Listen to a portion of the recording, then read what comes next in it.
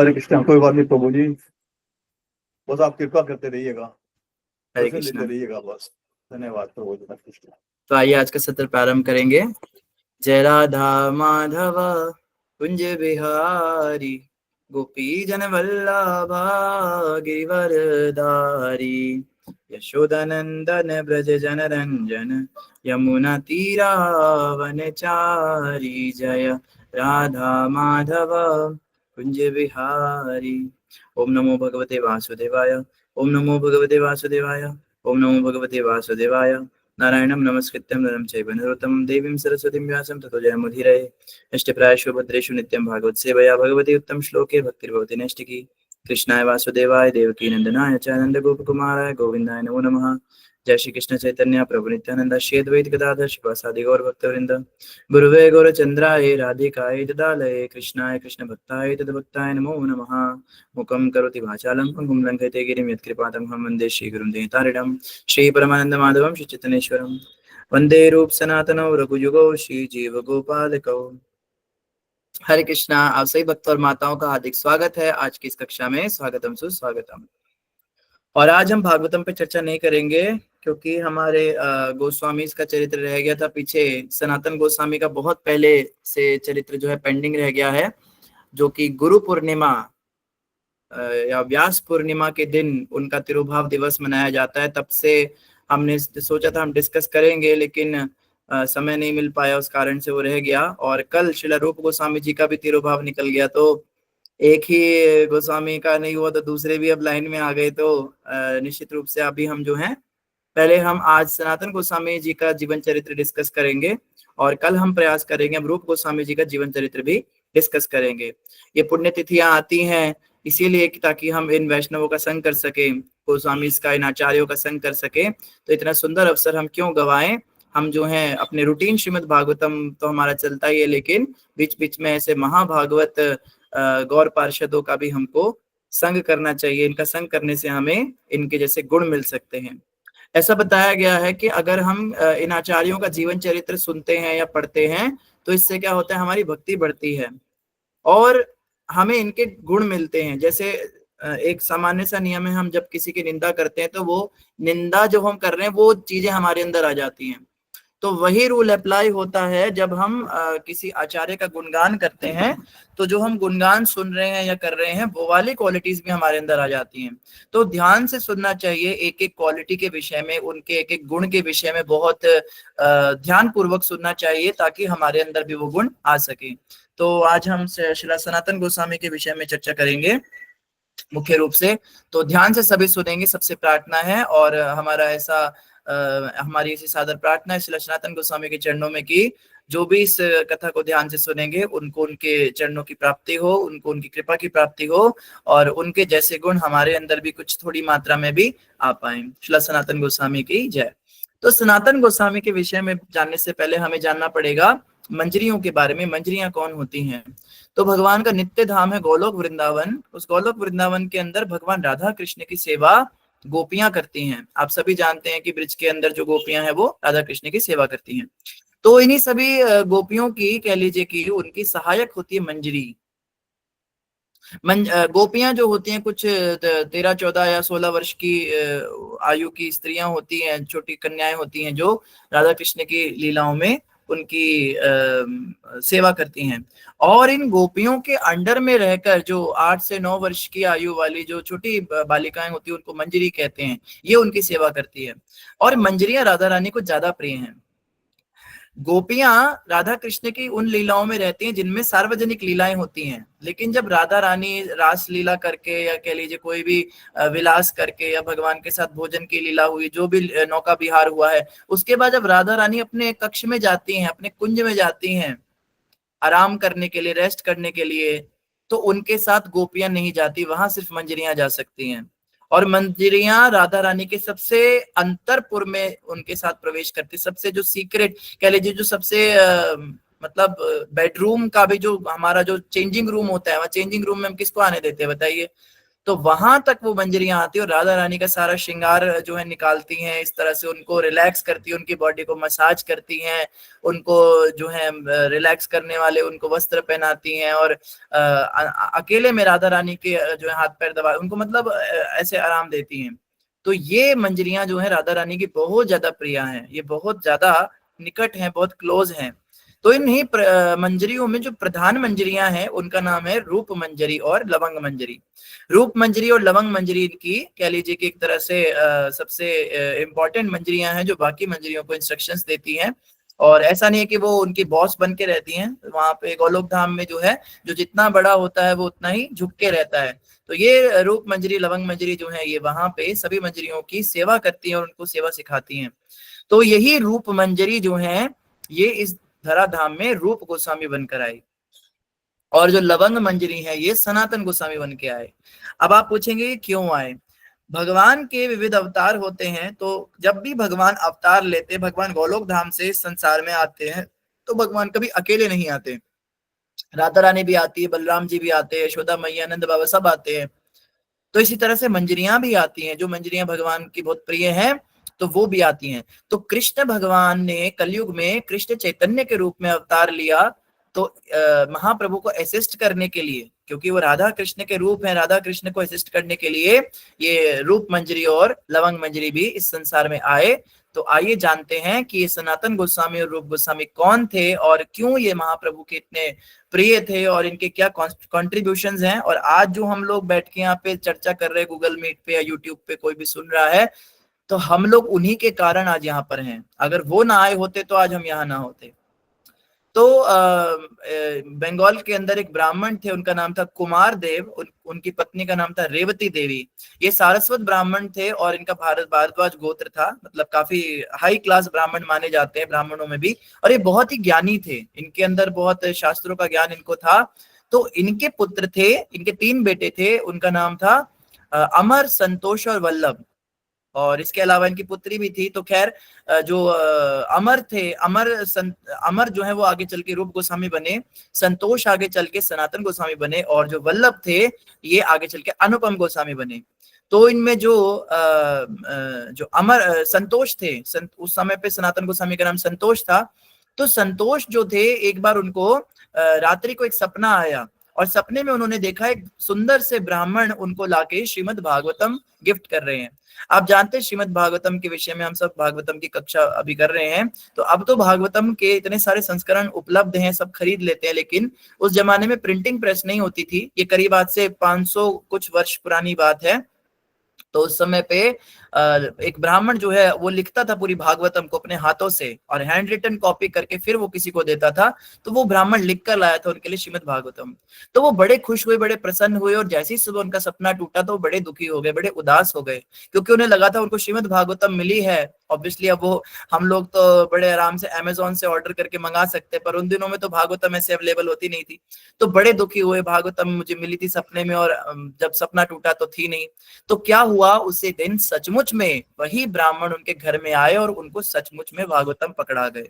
तो अब संतोष तो बड़े प्रसन्न हो गए कि श्रीमद् भागवतम मिल गई। तो वो श्रीमद् भागवतम उनके जीवन का उद्देश्य बन गई, और वो उसको पढ़ते थे और उनको इतना आनंद आता था, वो उनका जीवन स्रोत बन गई, और उनका नियम बन गया कि वो डेली भागवतम को कई कई घंटों तक पढ़ते थे, और भागवतम में उनकी विशेष रुचि हो गई, विशेष प्रेम हो गया।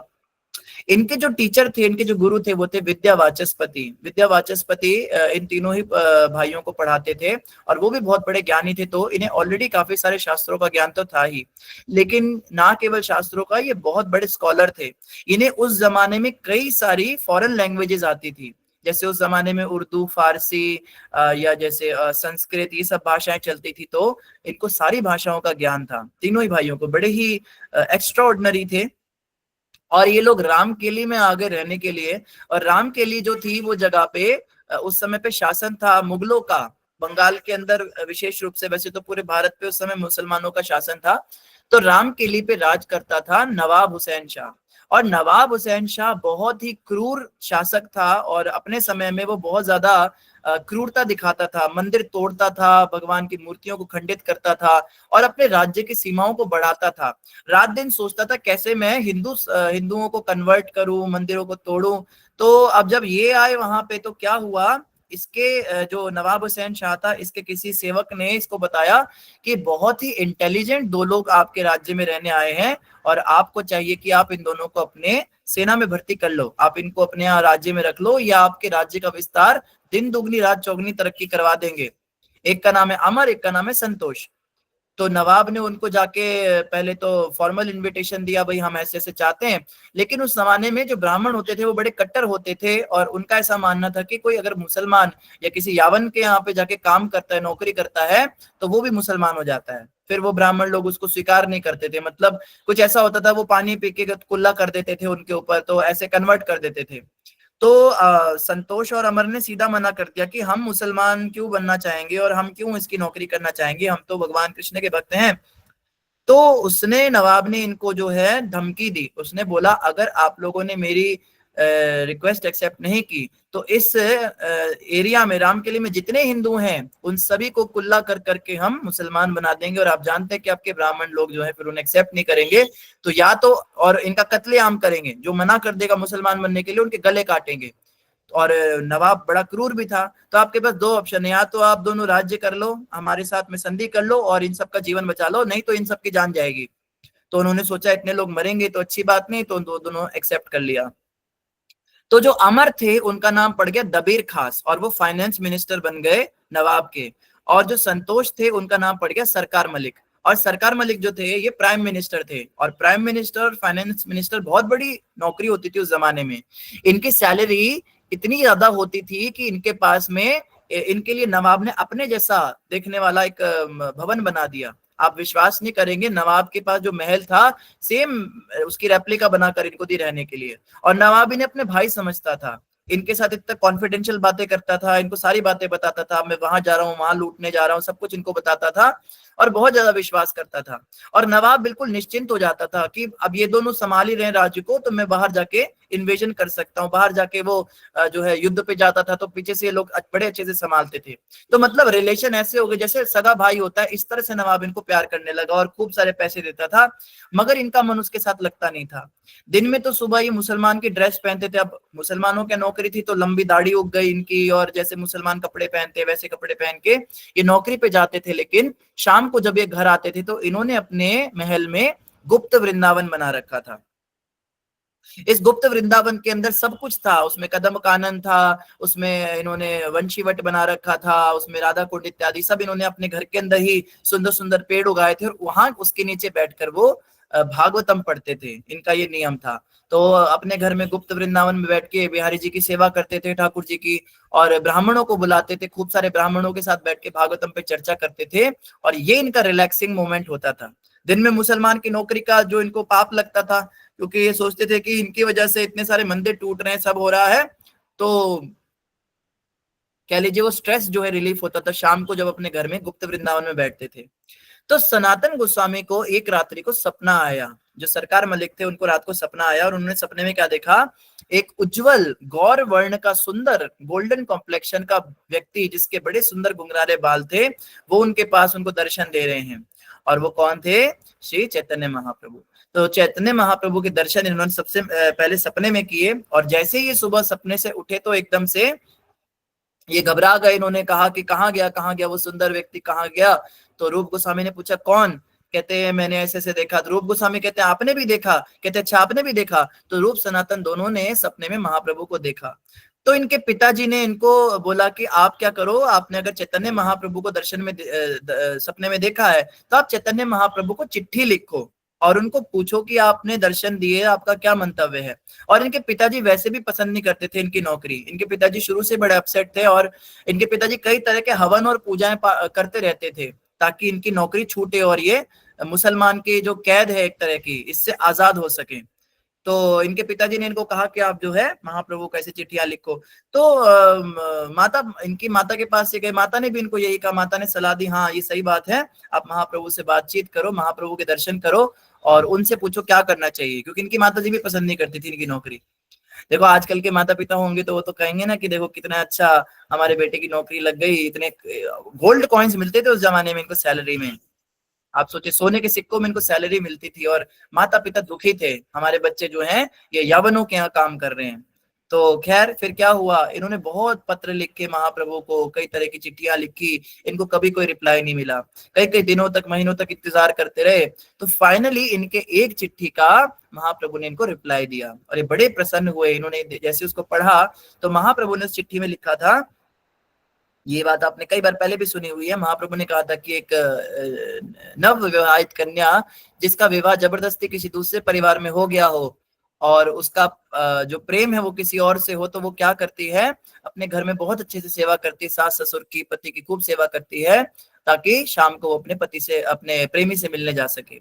तो ये समझ गए महाप्रभु की बात को कि भाई अभी तुम्हारी नवाब की यहाँ पे ड्यूटी है तो तुम उसको करो और जब समय आएगा तो तुम वहां छोड़ देना। तो ये नवाब की ड्यूटी बहुत अच्छे से करने लगे, तो नवाब और प्रसन्न हो गया, उसने इनकी सैलरी बढ़ा दी और धीरे धीरे जो है नवाब के साथ में और ज्यादा ये इंडल्ज हो गए। तो माता पिता ने सोचा महाप्रभु ने तो लगता है उल्टी शिक्षा दे दी इनको, ये तो इनको तो वहां से हटाना चाहिए था और ये तो और भी ज्यादा अच्छे से उनकी मदद करने लगे हैं। तो खैर एक बार क्या हुआ, महाप्रभु ने सोचा मैं राम के लिए जाऊंगा। तो राम के लिए आप जानते जहाँ पे सनातन रूप गोस्वामी रह रहे उस जगह का नाम राम के लिए है। तो महाप्रभु ने जाना था वृंदावन और वृंदावन की जगह अब महाप्रभु के साथ हजारों भक्त जा रहे थे। आप सभी महाप्रभु की लीला हमने पीछे पढ़ी थी जब गौर लीला हम पढ़ रहे थे, तो वहां पे जब आप जानते हैं कि जब महाप्रभु ने वृंदावन जाने का निश्चय किया था और बहुत सारे लोग उनके साथ चल पड़े थे, तो रास्ते में महाप्रभु ने सबको कहा कि नहीं हम राम के लिए जाएंगे। तो सारे फॉलोवर्स जो है सोचने लगे कि रामकेली में क्या है, महाप्रभु कहते नहीं मुझे वहां जाना है। तो रास्ता बदला गया और महाप्रभु वृंदावन की जगह रामकेली आ गए और रामकेली में जैसे महाप्रभु पहुंचे तो वहां पे हजारों भक्त जो हैं उग्र कीर्तन करने लगे, जोर जोर से हरिनाम का कीर्तन हो रहा है, मृदंग बज रहे हैं और वाद्य यंत्र बज रहे हैं और करताले बज रही है और पूरे रामकेली में हरे कृष्ण की धुन गूंजने लगी। तो वहां जो नवाब हुसैन था उसने अपने पार्षदों से पूछा भाई ये कौन सन्यासी आया है और ये इस तरह से यहाँ पे कीर्तन कैसे कर पा रहा है, यहाँ तो मुसलमानों का शासन है। तो किसी ने बताया ये स्वयं जो है चैतन्य महाप्रभु हैं। कहते हैं ये देखने में तो कोई भिखारी लग रहा है, भिखारी होते हैं ये जो सन्यासी होते हैं, फकीर लग रहा है। तो उन्होंने कहा नहीं ये फकीर नहीं है, ये कोई भिखारी नहीं है, ये साक्षात नारायण है। हिंदू लोग जिन्हें नारायण कहते हैं ये वही हैं। और इनको रोकने की आप कोशिश भी मत करना, इनको कीर्तन से अगर आपने रोकने की कोशिश की तो आपका राज्य समाप्त हो जाएगा। तो नवाब जो है कुछ नहीं बोला, चुपचाप जो है देखता रहा। तो महाप्रभु ने पूरे नगर में जब कीर्तन किया तो सनातन गोस्वामी रूप गोस्वामी को तो पता ही चल गया, तो वो बड़े प्रसन्न हुए। लेकिन क्योंकि नवाब की ड्यूटी पे थे तो वो जा नहीं पाए महाप्रभु से मिलने, उनकी क्योंकि उस समय पे उनके लिए वहां जाना ठीक नहीं था और महाप्रभु ने उनको इस तरह का इंस्ट्रक्शन दिया था कि आप जो है अच्छे से सेवा करो भी उसकी। तो जब शाम को उनका काम पूरा हो गया तब वो महाप्रभु से मिलने के लिए आए। तो महाप्रभु के पास जब दोनों आए तो बड़े दंडवत प्रणाम करके लेट गए महाप्रभु को देखते ही, दांतों में तृण धारण करके और दोनों दंडवत हो गए। तो महाप्रभु बड़े प्रसन्न हुए और उन्होंने देखा कितनी विनम्रता है इनमें, इतने बड़े फाइनेंस मिनिस्टर और प्राइम मिनिस्टर। आप सोचिए जैसे भारत का प्रधानमंत्री आकर एक किसी के आगे दंडवत प्रणाम कर दे सीधा, तो कितना विनम्रता देखी जाएगी, है ना। सामान्य व्यक्ति तो थे नहीं वो। तो महाप्रभु ने उन दोनों को उठाया और बोला आप इतने विनम्रता आपके हृदय में है। महाप्रभु ने उनको गले से लगा लिया। तीनों आए थे एक्चुअली, तीसरा भाई भी आया था, वल्लभ भी आए थे। तो वल्लभ जो है आगे चल के वो जीव गोस्वामी के पिताजी बनेंगे। आप सब जानते हैं जीव गोस्वामी जो हैं वो भी इनके साथ थे, तो जीव गोस्वामी के वो पिता बनेंगे, तीसरे भाई जो हैं। तो इन तीनों को महाप्रभु ने एक एक करके गले लगाया और इन तीनों के नामकरण कर दिए। महाप्रभु ने कहा आज से तुम्हारा नाम रूप है, तुम्हारा नाम सनातन और तुम्हारा नाम अनुपम। तो साकर मलिक को सनातन गोस्वामी बना दिया और दबीर खास को रूप गोस्वामी बना दिया और जो वल्लभ थे उनको बना दिया अनुपम गोस्वामी। तो इन तीनों के नामकरण जो है महाप्रभु ने रामकेली में इस तरह से की। और महाप्रभु ने फिर क्या किया, इनको जो है दर्शन दिए, इनको कुछ इंस्ट्रक्शंस दिए और बहुत सारे जो है बातें बताई भगवान के बारे में और भक्ति के बारे में। और पूरी रात ऐसी बीत गई और महाप्रभु से खूब सारे इंस्ट्रक्शंस लेने के बाद ये वापस अपने घर चले गए। तो महाप्रभु भी वहां से जब चले गए तो रूप गोस्वामी और सनातन गोस्वामी ने आपस में बात की, अब हम नवाब की नौकरी नहीं करेंगे, अब हम महाप्रभु को समर्पित हो जाएंगे और हम महाप्रभु के साथ रहेंगे। तो सनातन गोस्वामी की तो पोजीशन थी थोड़ी ज्यादा जिम्मेदारी वाली थी, तो सनातन गोस्वामी ने कहा मुझे थोड़ा सा टाइम लगेगा आने में। रूप गोस्वामी तुरंत चले गए। रूप गोस्वामी ने कहा मैं नहीं रुक सकता इस नवाब के यहाँ पे। तो रूप और अनुपम ये दोनों जो हैं, ये दोनों तुरंत जो है नवाब की नौकरी छोड़कर जाने लगे। तो इनके पास इतने सोने के सिक्के थे कि उससे पूरी नाव भर गई थी। उस समय पे इनके पास जो पैसे थे, क्योंकि जब हम जाते हैं कहीं वैराग्य लेते हैं तो जितनी संपत्ति होती है उसका कुछ बंटवारा करके जाना होता है। तो इन्होंने क्या किया, जो नौका भरी हुई थी सोने के सिक्कों से, उसमें 50% इन्होंने वो जो है ब्राह्मण और वैष्णवों को दान में दे दी भक्ति के प्रचार के लिए। और उसमें से 25% जो सोने के सिक्के थे वो इन्होंने इमरजेंसी के लिए ब्राह्मण के पास रख दिए। करीब 10,000 सोने के सिक्के थे जो ब्राह्मण के पास रख दिए, और जो शेष थे वो इन्होंने अपने परिवार में बांटे और ये चले गए। तो रूप गोस्वामी के बारे में हम कल चर्चा करेंगे डिटेल में कि रूप गोस्वामी कैसे महाप्रभु के पास गए और क्या हुआ। अभी हम सनातन गोस्वामी की बात कर रहे हैं। तो रूप गोस्वामी और अनुपम तो तुरंत चले गए, और ये जो सनातन गोस्वामी, क्षमा कीजिए, रूप गोस्वामी और अनुपम गोस्वामी चले गए, और जो सनातन गोस्वामी थे वो इधर ही रह गए, और सनातन गोस्वामी ने भी नौकरी पे जाना छोड़ दिया। अब सनातन गोस्वामी जब जा नहीं रहे थे तो नवाब ने चिट्ठी भेजी, भाई क्यों नहीं आ रहे हो, काम पे आओ, बड़ा जरूरी, तुम, मुझे वहां जाना है, अभी मुझे वो मंदिर तोड़ना है। तो सनातन गोस्वामी ने कहा मैं अभी बीमार हूँ, मुझे बुखार है, मैं आ नहीं सकता काम पे। तो कई दिनों तक जो है ये चलता रहा, और सनातन गोस्वामी वास्तव में बीमार नहीं थे, वो ब्राह्मणों के साथ बैठ के भागवतम चर्चा करते थे, भागवतम पढ़ते थे, और इस तरह से राधा कृष्ण के सुंदर सुंदर लीलाओं में रमण करते थे। तो क्या हुआ, जब नवाब ने अपना, बहुत दिन हो गए, तो नवाब ने सोचा ये आएंगे नहीं तो मेरा काम रुक जाएगा। तो नवाब ने अपना डॉक्टर भेजा, जो शाही उनका जो भी हकीम होता था, और बोला कि चेक करके आओ सनातन को, साकर मलिक को क्या हो गया, क्यों नहीं आ रहा है। तो डॉक्टर ने जब आके देखा ये तो भागवतम, यहाँ तो अलग ही सीन चल रहा है, ये तो जो है कोई बीमार नहीं है, सब चेकअप वगैरह किया। तो आके नवाब को बताया, वो तो वहां बैठ के अपना भागवत पढ़ रहा है और सब ब्राह्मणों के साथ में, और कोई उसको बीमारी नहीं है। तो इन्होंने जो है नवाब ने कहा कि तुम्हें काम पे आना है कि नहीं आना है। तो सनातन गोस्वामी ने सीधा मना कर दिया, नहीं आना है। तो उसको जेल में डाल दिया। उन्होंने कहा मैं तुम्हें अपने भाई के समान मानता हूं, मैं तुमसे इतना प्रेम करता हूं, लेकिन तुम्हें मेरी कदर नहीं है, और तुम्हारा जो एक भाई तो वो पहले ही चला गया, अब जो है तुम्हें मैं हमेशा के लिए जेल में डाल दूंगा। तो इनको जेल में बंद कर दिया गया। और जेल के अंदर ये जब परेशान हुए तो अचानक से क्या हुआ, इनके पास एक लेटर आया, और वो लेटर किसका था, रूप गोस्वामी का। तो रूप गोस्वामी ने चिट्ठी में लिखा था कि भैया मैंने जो है ऐसे ऐसे करके 10,000 रुपये, 10,000 सोने के सिक्के एक ब्राह्मण को गिरवी रखे हुए हैं, कभी आपको जरूरत पड़े तो आप उन्हें इस्तेमाल कर लेना। तो इन्होंने सोचा बहुत अच्छा मौका है मेरे पास, मैं उन पैसों का इस्तेमाल करके इस जेलर को मैं रिश्वत दूंगा। तो जेलर जो था वो मुसलमान था, सारे मुसलमान ही थे वहां पे। तो उसको इन्होंने कहा कि देखो भाई, मुझे मक्का जाना है, मक्का शरीफ की यात्रा करनी है। तो आप सभी जानते हैं मक्का के विषय में, जो मुसलमान होते हैं वो जीवन में एक बार मक्का जरूर जाते हैं, और उन लोगों को तो यही लगता था कि सनातन गोस्वामी मुसलमान बन चुके हैं। तो जेल कीपर ने कहा मैं आपको मक्का कैसे जाने दूं, आपको तो शाही फरमान है कि आप तो नहीं निकल सकते। तो उन्होंने कहा मैं तुम्हें इस काम के लिए 5,000 सोने के सिक्के दूंगा, मैं तुम्हें अशरफियां दूंगा, तुम मुझे बस जेल से बाहर जाने दो। तो उसने कहा अगर मैं पकड़ा गया तो मेरा परिवार और मैं सबके सिर कलम हो जाएंगे, तो ये तो बड़ा रिस्क का काम है, मैं आपको ऐसे कैसे जाने दूं। तो सनातन गोस्वामी ने कहा लगता है इसको, इसकी रकम थोड़ी और बढ़ानी पड़ेगी। कहते मैं तुम्हें 2,000 और सोने के सिक्के दूंगा। तो वो थोड़ा सोच में पड़ गया, उसने कहा 7,000 सोने के सिक्के के लिए तो मैं रिस्क ले सकता हूँ। तो उन्होंने कहा लेकिन मैं नवाब को क्या कहूंगा। तो सनातन गोस्वामी ने कहा आप ये कहना कि ये जो है ये शौच करने के लिए नदी के तरफ गया था और वहां से भाग गया, या नदी में गिर गया, या नदी में कूद के मर गया, ऐसा कुछ बोल देना। तो उसने कहा ठीक है मैं ये बोल दूंगा मर गया, लेकिन आप दोबारा दिखना मत उसको, लेकिन क्योंकि अगर आप दिखे तो फिर मैं मर जाऊंगा। कहते कोई बात नहीं। तो 7,000 सोने के सिक्कों पे बात हुई, और इस तरह से सनातन गोस्वामी वहां से निकल गए। तो वहां से जब वो निकले तो उनके साथ में एक उनके सर्वेंट थे, उसका नाम था ईशान। ईशान भी उनके साथ हो लिए, और ईशान ने कहा कि मैं भी आपके साथ चलूंगा। सनातन गोस्वामी ने कहा देखो मैं वैराग्य धारण करने जा रहा हूँ, और इस रास्ते पे जाने के लिए मनुष्य को सब तरह की आसक्तियां त्यागनी पड़ती हैं। तो तुम्हें अपने पास, अगर तुम मेरे साथ चलना चाहते हो महाप्रभु के पास, तो तुम अपने पास कुछ भी नहीं रखोगे। ईशान ने कहा मैं अपने पास कुछ नहीं रखूंगा, मैंने सब जो है संपत्ति जो है घर पे छोड़ दी, और मैं आपके साथ चल रहा हूँ। तो ईशान के साथ चलने लगे। तो रास्ते में एक जंगल पड़ा, आधी रात का समय था, तो रात्रि को इन्होंने सोचा जंगल का मामला है, हम कहाँ रुके। तो वहां पे एक सराय था, एक जैसे होटल होते हैं आजकल, तो उस जमाने में सराय चलते थे। तो उस सराय का जो मालिक था उसके पास एक ज्योतिषी था, और वो ज्योतिषी उसको बता देता था कि आसपास कोई व्यक्ति आ रहा है, किसके पास कितना पैसा है, एग्जैक्ट अमाउंट बता देता था। तो उसने बताया यहाँ पे पास में दो व्यक्ति हैं और इनके पास कुछ पैसे हैं।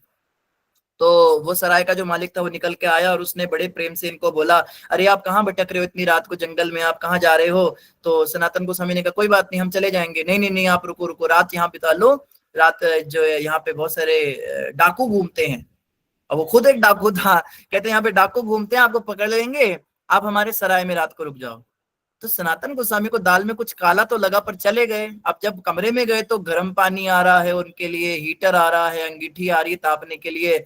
सनातन गोस्वामी को शक हो गया। उन्होंने कहा इतना तो मुफ्त में कौन, ना जान ना पहचान, मैं तेरा मेहमान, इतना कौन करता है आज के जमाने में? तो उन्होंने ईशान को पूछा, सच सच बताओ ईशान, तुम कुछ लेकर आए हो क्या अपने साथ? तो ईशान ने कहा हाँ, मेरे पास मैंने इमरजेंसी के लिए 7 सोने के सिक्के रख लिए थे। सनातन गोस्वामी कहते मैंने तुम्हें कहा था इस रास्ते में चलने के लिए कुछ रखना नहीं होता। ईशान ने कहा मैंने सोचा इमरजेंसी पड़ेगी कभी, कुछ बहुत तो जान बचाने के लिए काम आ जाएंगे।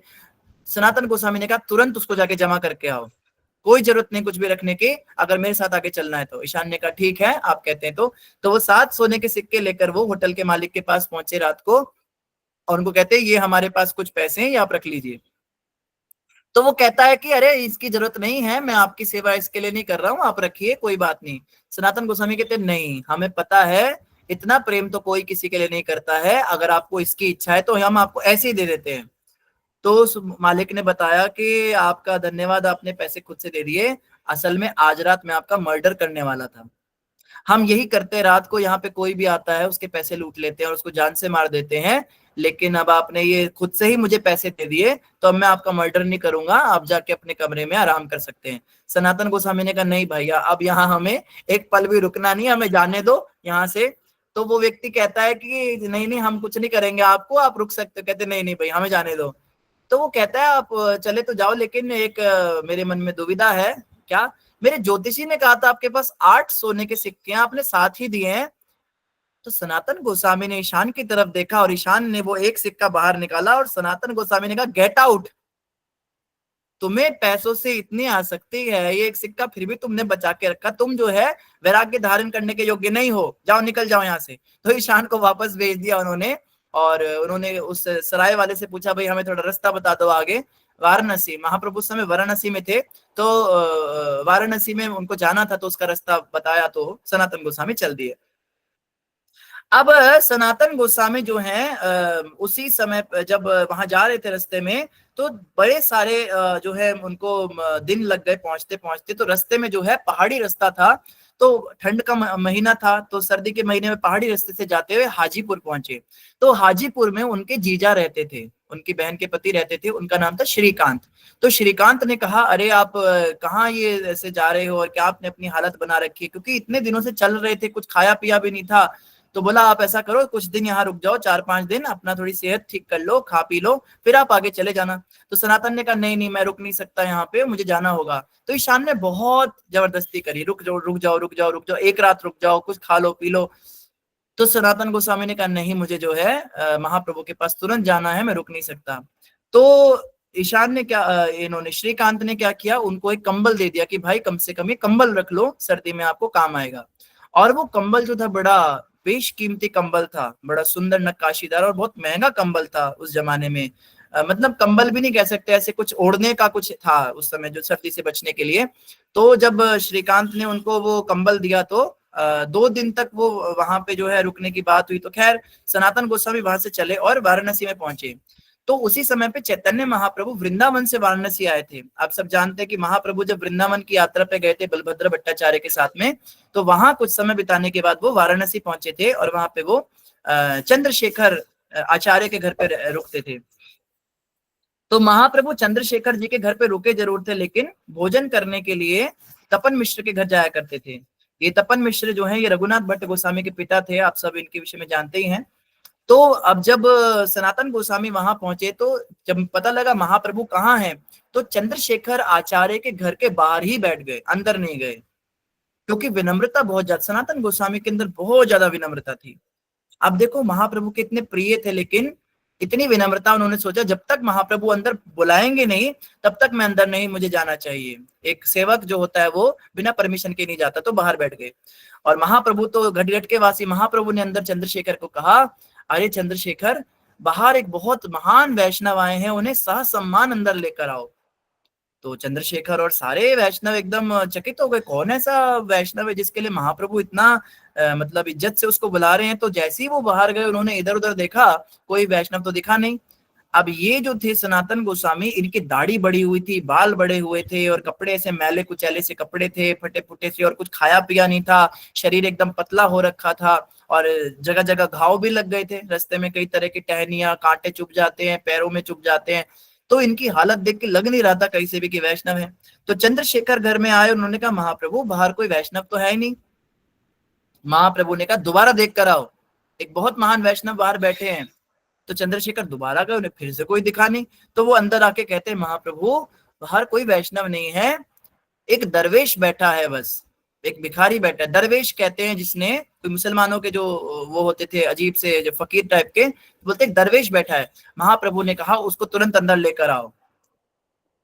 वो कोई दरवेश नहीं है, वो सनातन गोस्वामी है। तो जैसे ही उन्होंने कहा आपको तो महाप्रभु अंदर बुला रहे हैं, और सनातन गोस्वामी की तो आंखों से फुहार छूट गई पानी की, और जोर जोर से रोने लगे और कहते महाप्रभु ने मुझे बुलाया। ऐसे तुच्छ सेवक को महाप्रभु ने याद किया, और जैसे ही वो अंदर पहुंचे, महाप्रभु उनको देखते एकदम गदगद हो गए, और सनातन गोस्वामी ने तुरंत दंडवत प्रणाम किया और झुक गए। और महाप्रभु ने तुरंत उनको, महाप्रभु की लंबी लंबी भुजाएं थी, गोडों तक, घुटनों तक लंबे उनके हाथ थे, और दोनों हाथों से सनातन गोस्वामी को भर लिया और बहुत गाढ़ आलिंगन किया। और सनातन गोस्वामी सोच रहे मैं ऐसा गंदा सा, इतना मैला कुचैला, और महाप्रभु स्वयं साक्षात भगवान है, और इनका शरीर, और वो बड़े सकुचा रहे हैं, बहुत लजा रहे हैं। और महाप्रभु आनंद से आंसू उनके बह रहे हैं कि सनातन तुम्हारे विरह में कब से मैं तुम्हारी प्रतीक्षा कर रहा था, तुम इतना समय को लगा दिया आने में। और बड़ा गाढ़ा आलिंगन। और तब जो है सारे वैष्णवों ने देखा कि ये तो कोई बहुत विशेष कृपा पात्र लग रहे हैं महाप्रभु के। तो सारे वैष्णवों ने उनको पहचान ली, सभी ने उनको प्रणाम किया। तो महाप्रभु ने जो है तपन मिश्र को बोला, तपन मिश्र वही जिनके घर महाप्रभु प्रसाद लेते थे, भाई तपन जो है इसको सनातन को ले जाओ, इनका थोड़ा हेड शेव वगैरह करो, इनकी दाढ़ी दूढ़ी काटो, और इनको थोड़ा वैष्णव ड्रेस में लेकर आओ। तो तपन मिश्र उनको ले गए सनातन गोस्वामी को, और जो है इस तरह से उनका हेड शेव वगैरह हुआ, और वो जो है नहा धोकर आए, और तब जो है महाप्रभु के सामने। तो तपन मिश्र ने बोला आप प्रसाद मेरे घर ले लीजिए, महाप्रभु भी मेरे घर प्रसाद लेते हैं, आप भी मेरे घर प्रसाद ले लीजिए। तो सनातन गोस्वामी ने कहा नहीं, मैं आपके घर प्रसाद नहीं लूंगा, मैं माधुकरी करूंगा। माधुकरी मतलब मैं मांग मांग कर खाऊंगा, यही मैंने, क्योंकि सनातन गोस्वामी वैराग्य धारण करने आए थे, तो उन्होंने जो है उनका एक्सेप्ट नहीं किया उनके घर पे इनविटेशन। तो इस तरह से वहां पे महाराष्ट्र ब्राह्मण खड़े थे, महाराष्ट्र ब्राह्मण ने कहा नहीं नहीं, आप इतने महाप्रभु के इतने लाडले हैं, इतने कृपा पात्र हैं, आप मेरे घर आ जाइए। अगर आपको संकोच हो रहा है कि जिस घर में महाप्रभु प्रसाद लेते हैं आप उस घर में नहीं लेना चाहते, तो मैं भी पूरा शुद्धि से बनाऊंगा। तो सनातन गोस्वामी का नहीं नहीं, मैं जो है मैं माधुकरी करूंगा। तो ये सारी चीजें महाप्रभु देख रहे थे, पर महाप्रभु बड़े प्रसन्न थे। महाप्रभु कहते देखो कैसा इसका वैराग्य है, और घर से अभी अभी इतने अमीर परिवार से, इतना सोने चांदी के, इतना थालियों में खाने वाला ये व्यक्ति, इतने बड़े महल में रहने वाला, और ये माधुकरी करेगा, मांग के खाएगा। तो महाप्रभु बड़े प्रसन्न हुए। तो क्या हुआ, जब शाम को महाप्रभु उनके पास वो आए, तो महाप्रभु प्रसन्न तो बहुत थे, लेकिन बार बार महाप्रभु उनके कंबल की ओर देख रहे थे। बोले कुछ नहीं, महाप्रभु ने कहा कुछ नहीं, पर कंबल को बड़े गौर से देखने लगे।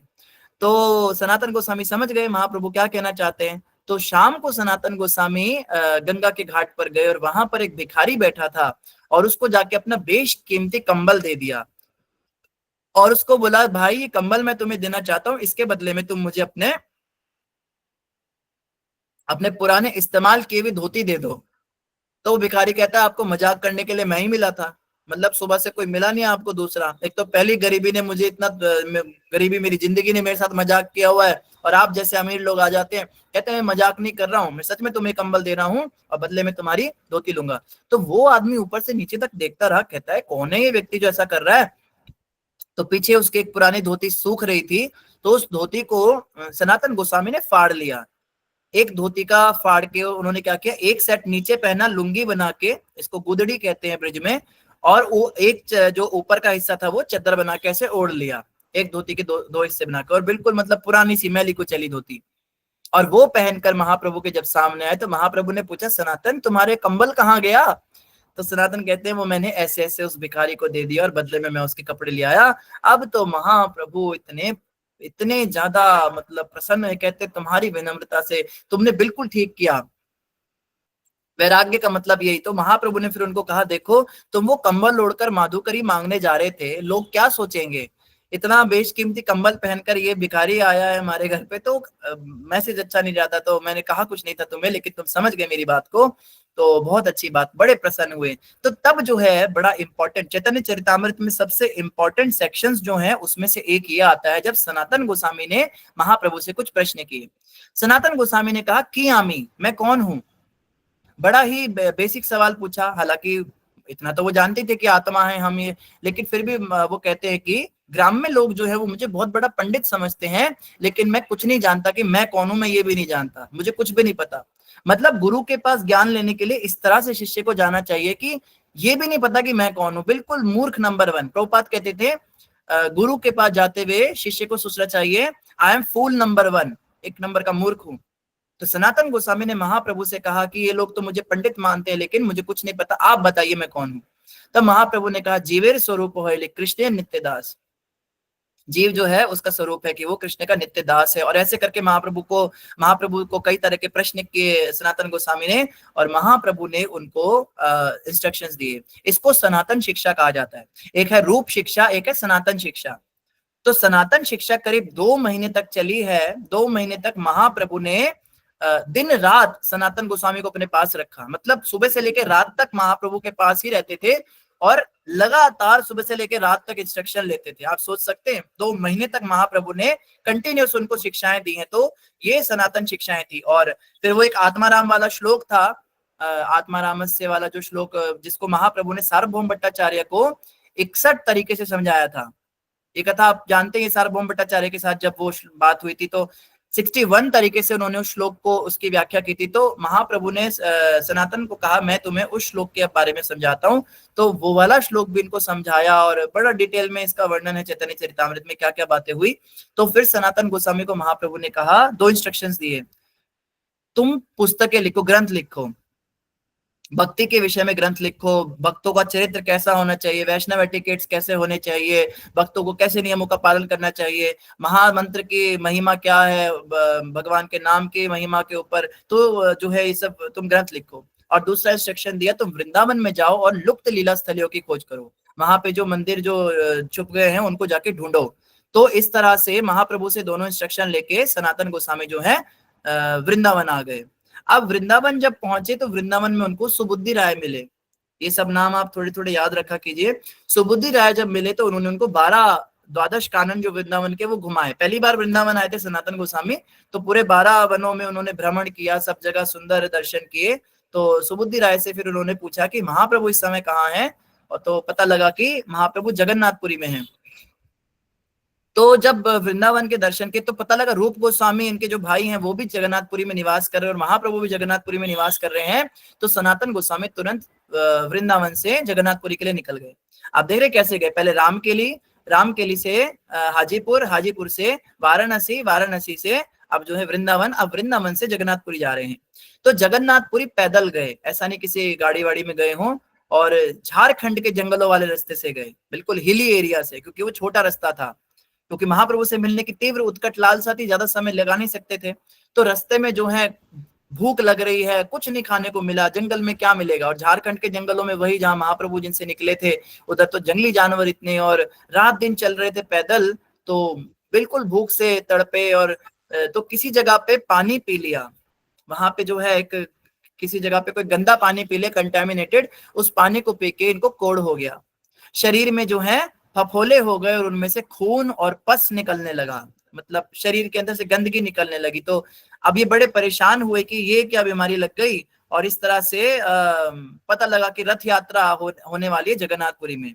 तो रथ यात्रा पे क्या होता है, ऐसी मान्यता है जगन्नाथपुरी में कि रथ के पहिए के नीचे जो भी व्यक्ति सुसाइड करता है, मरता है, उसको वैकुंठ की प्राप्ति होती है। अब तो सरकार ने उसको पूरी तरह बैन कर दिया। पहले जमाने में कई बूढ़े लोग जो हैं इस तरह से रथ के नीचे आके मर जाते थे।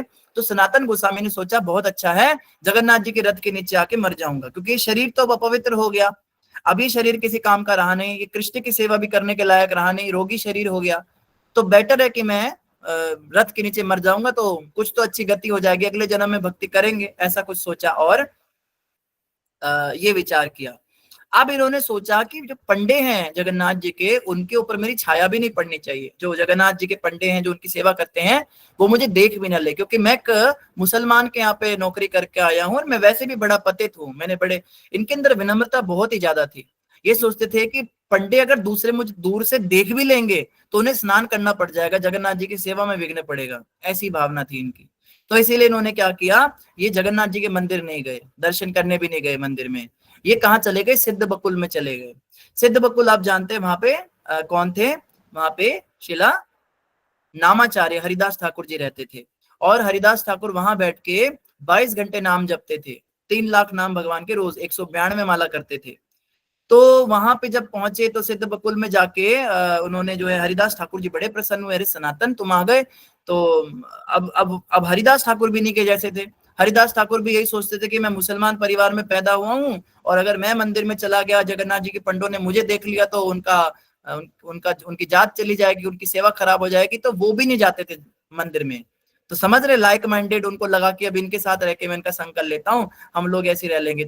तो सिद्ध बकुल से जो है जगन्नाथ जी के चक्र के दर्शन होते थे, नील चक्र मंदिर का, उसके दर्शन कर करके जो ये हैं अपने हरिदास ठाकुर, वो जगन्नाथ जी के दर्शन का लाभ उठाते थे।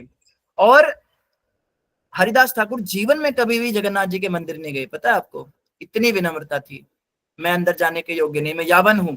तो इसी तरह से सनातन गोस्वामी भी वहां बैठ गए और उन्होंने कहा मैं भी यावन हूँ और मैं भी जो है सेवा करने के योग्य नहीं। तो उन्होंने पूछा महाप्रभु कहाँ हैं। महाप्रभु के दर्शन की बड़ी उत्कट अभिलाषा थी, लेकिन देखा कि शरीर की हालत इतनी खराब हो गई, महाप्रभु अगर उन्होंने मुझे आलिंगन कर लिया तो महाप्रभु क्या करेंगे, उनके कपड़े गंदे हो जाएंगे, शरीर गंदा हो जाएगा। तो हरिदास ठाकुर ने बताया कि महाप्रभु तो रोज आते हैं मेरे पास, मुझे रोज प्रसाद देने के लिए आते हैं, और इनफैक्ट उनका तो टाइम हो गया अभी आने का, बस आते ही होंगे। और इतनी देर में जब तक सनातन गोस्वामी समझते कि महाप्रभु आने वाले, में छुप जाऊं, महाप्रभु आ भी गए और उन्होंने सनातन गोस्वामी को दूर से देख लिया, अरे सनातन, और देखते ही जो है दोनों भुजाएं फैला के, और इससे पहले मतलब सनातन को सोचते ना आओ देखा ना ताओ, महाप्रभु ने सीधा उनको गले लगा लिया। और महाप्रभु एकदम आंखों में आंसू आ गए, रो रहे हैं और कहते सनातन तुम्हारा आलिंगन करके मैं शुद्ध हो जाता हूँ। अब सोचिए, सनातन गोस्वामी इतने एग्जॉल्टेड थे कि महाप्रभु कहते थे मैं तुम्हारा आलिंगन करके शुद्ध हो जाता हूँ, और सनातन रो रहे, नहीं नहीं नहीं महाप्रभु मत करो मत करो मत करो, मुझे मत छुओ, कपड़े गंदे हो जाएंगे, आपका शरीर गंदा हो जाएगा। कहते कैसी बात कर रहे हो सनातन, मैं तो पवित्र हो जाता हूँ।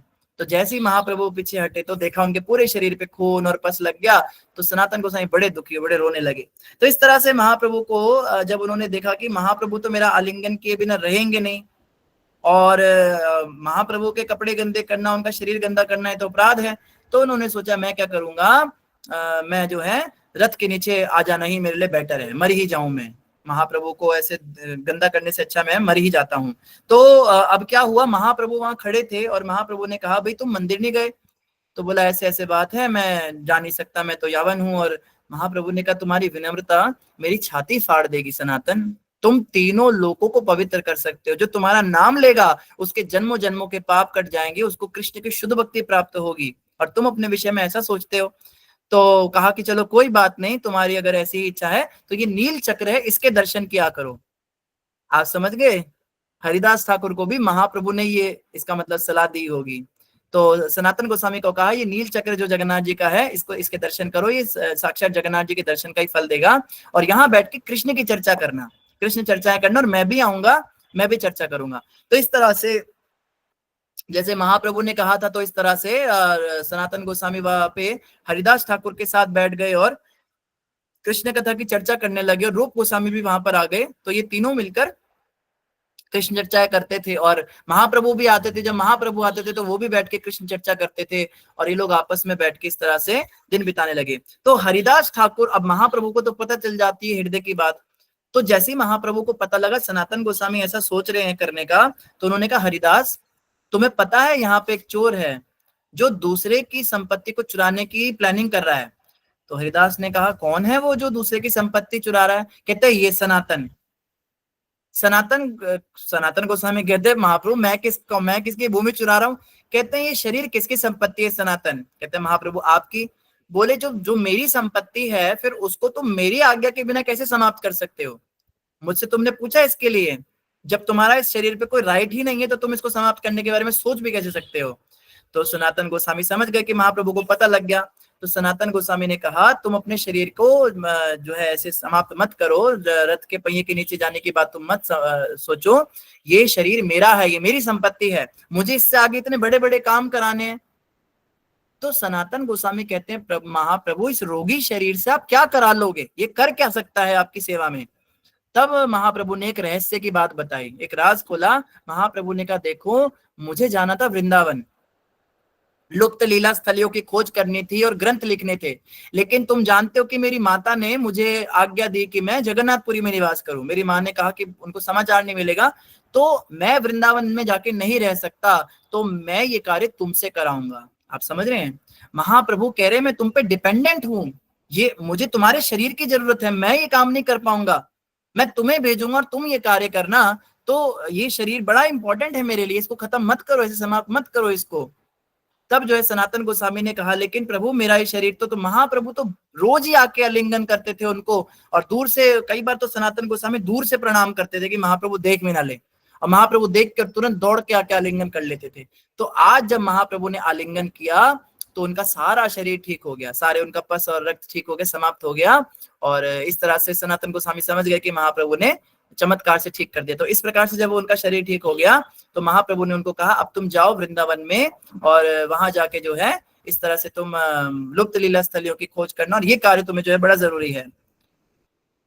तो जब महाप्रभु चले गए तो हरिदास ठाकुर कहते सनातन तुम तो कितने मतलब कृपा पात्र हो, हम तो किसी काम के ही नहीं है, मैं तो किसी काम, मुझे तो कभी महाप्रभु ने नहीं कहा कि मुझे तुमसे कोई काम कराना है, या शरीर मेरा है, मुझे जो है वृंदावन जाने के लिए नहीं कहा। तुम पे कितनी कृपा है। महाप्रभु कहते हैं ये शरीर, तुम्हारे शरीर को महाप्रभु ने क्लेम किया है, तुम कितने ज्यादा भाग्यशाली हो। तो सनातन गोस्वामी कहते हैं हरिदास ठाकुर आप ऐसे मत कहिए, महाप्रभु तो रोज आपके पास स्वयं चल के आते हैं, आपको प्रसाद देते हैं, आपसे हरि कथा सुनते हैं, और आप इतना हरि नाम जपते हो, आपसे बढ़कर तीनों लोकों में कौन होगा। आपको नामाचार्य की उपाधि उन्होंने दी है, और उन्होंने कहा है जिसको भी चैंटिंग करने में प्रॉब्लम होती है वो बस आपका स्मरण मात्र कर ले तो उसकी समस्त बाधाएं दूर हो जाएंगी। तो इस तरह से मतलब एक दूसरे का गुणगान करने लगे, और जो है फिर जो है सनातन गोस्वामी भी जो है रोने लगे, और इस तरह से महाप्रभु भी रोने लगे। तो महाप्रभु ने उनको कहा था आप क्या करना, एक यमल जो वहां पे घाट था, महाप्रभु ने कहा वहां पे प्रसाद लेने के लिए मेरे पास आना। तो सनातन गोस्वामी जो है प्रसाद लेने के लिए वहां पे जाने लगे। वहां जाने के दो रास्ते थे, एक रास्ता था जो जगन्नाथपुरी के मंदिर से होकर गुजरता था, और दूसरा रास्ता जो था वो बहुत ज्यादा लंबा था, वो समुद्र के किनारे किनारे से जाकर आता था। तो सनातन गोस्वामी ने क्या सोचा कि महाप्रभु के पास जाने में विलंब नहीं होना चाहिए, लेकिन मंदिर के अंदर से जा नहीं सकता, वहां पे तो पंडे मुझे देख लेंगे। तो उन्होंने क्या किया, दौड़ते हुए वो जो है उस समुद्र किनारे वाले रास्ते से जा रहे हैं। और जेठ का महीना, अप्रैल का महीना था, धूप जो है पूरी तेज चिलचिलाती धूप। अगर आप में से किसी ने देखा हो तो जो समुद्र का किनारा होता है उसकी रेत बहुत ज्यादा गर्म हो जाती है, और सनातन गोस्वामी के पैर जल रहे थे उस गरम गरम रेत पर, लेकिन वो दूसरे रास्ते से नहीं गए। और जैसे तैसे वो जो है, अब महाप्रभु इंतजार कर रहे हैं, महाप्रभु प्रतीक्षा करते रहे, तो प्रसाद तो पूरा हो गया, सनातन गोस्वामी आए नहीं। तो महाप्रभु ने क्या किया, अपने शिष्यों को कहा भाई सनातन आएगा, उसको ये मेरा महाप्रसाद दे देना। आप सोच रहे हैं महाप्रभु ने जो अपने मुख से छोड़ा था प्रसाद, वो महाप्रसाद रखवाया सनातन के लिए कि ये उसको देना। तो इतने में सनातन दौड़ते हुए आ गए, हाँफ रहे थे। तो महाप्रभु ने कहा अरे इतना टाइम क्यों लग गया तुम्हें आने में, और प्रसाद भी दूर हो गया। और तुरंत पहले तो जाकर उनको झट से गले लगाया। क्षमा कीजिएगा मैंने आपको गलत बता दिया, अभी तक उनकी बीमारी ठीक नहीं हुई थी, अब बीमारी ठीक होगी। ये सिद्ध बकुल में तो उनका शरीर ऐसा ही था। तो अब जब फिर से गले लगाया तो सनातन को बड़ा बुरा लगा, और महाप्रभु ने कहा भाई कहाँ थे तुम। तो बोला ऐसे ऐसे जगन्नाथपुरी के रास्ते से आ नहीं सकता था मंदिर से, तो मैं वहां से। और जैसे पैर देखे महाप्रभु ने, सनातन गोस्वामी के पैरों में छाले पड़े हुए थे और खून निकल रहा था और जले हुए थे। और महाप्रभु तो उनका हृदय विदीर्ण हो गया। महाप्रभु रोने लगे जोर जोर से, सनातन तुम इतनी विनम्रता क्यों तुम दिखाते हो, मेरी छाती फट जाएगी। और सनातन कहते, महाप्रभु आप जो है मेरे चरणों को तरफ मत देखिए। और महाप्रभु ने उनको जोर से गले लगा लिया, और इतनी जोर से गले लगाया, उनका सारा पीप और पस और खून जो है फूट फूट के निकला और महाप्रभु के शरीर में लग गया, और सनातन गोस्वामी जोर जोर से रोने लगे। अब जो है सनातन गोस्वामी बड़े दुखी हो गए, उन्होंने कहा ये शरीर अब मैं रखूंगा नहीं, ये शरीर तो अब तो रथ के नीचे आ ही जाना है मैंने। महाप्रभु बार बार ऐसा करते हैं। तो एक जगदानंद पंडित थे, जगदानंद पंडित को जाके उन्होंने पूछा, भाई मैं यहाँ पे महाप्रभु की सेवा करने आया था और महाप्रभु का शरीर गंदा हो जाता है, मैं क्या करूं। तो जगदानंद पंडित ने उनको सुझाव दिया, आप वृंदावन चले जाओ, वापस वृंदावन चले जाओ, यही ठीक रहेगा, फिर महाप्रभु का शरीर गंदा नहीं होगा। तो उन्होंने कहा ये तुमने बहुत अच्छा आइडिया दिया मुझे। तो दोपहर के समय महाप्रभु के पास गए सनातन और आज्ञा लेने लगे, महाप्रभु मैं वृंदावन जा रहा हूँ। महाप्रभु ने कहा वृंदावन क्यों जा रहे हो तुम, तो ये तुम्हें किस कहते हैं आपको शरीर गंदा हो जाता है। महाप्रभु कहते हैं ये तुम्हारी सोच नहीं, किसने आइडिया दिया तुम्हें ये। तो उन्होंने कहा जगदानंद पंडित ने मुझे आइडिया दिया। महाप्रभु बड़े गुस्से, वो जग्गा वो तुम्हें बताएगा तुम्हें क्या करना है, वो खुद अभी नया नया आया है, अभी कुछ उसको अकल है क्या, वो तुम इतने सीनियर हो, तुम तीनों लोगों को पावन कर सकते, तुम इतने बड़े महावैष्णव हो, वो तुम्हें आज्ञा देता है, वो जग्गा कहीं का। तो महाप्रभु बहुत ज्यादा उल्टा बोलने लगे। तो सनातन गोस्वामी जोर जोर से हंसने लगे, रोने लगे, और कहते हैं कि महाप्रभु के जो है जगदानंद पंडित जो है उनके पास जाके कहते हैं, वाह वाह जगदानंद पंडित, तुम्हारे क्या अहोभाग्य हैं।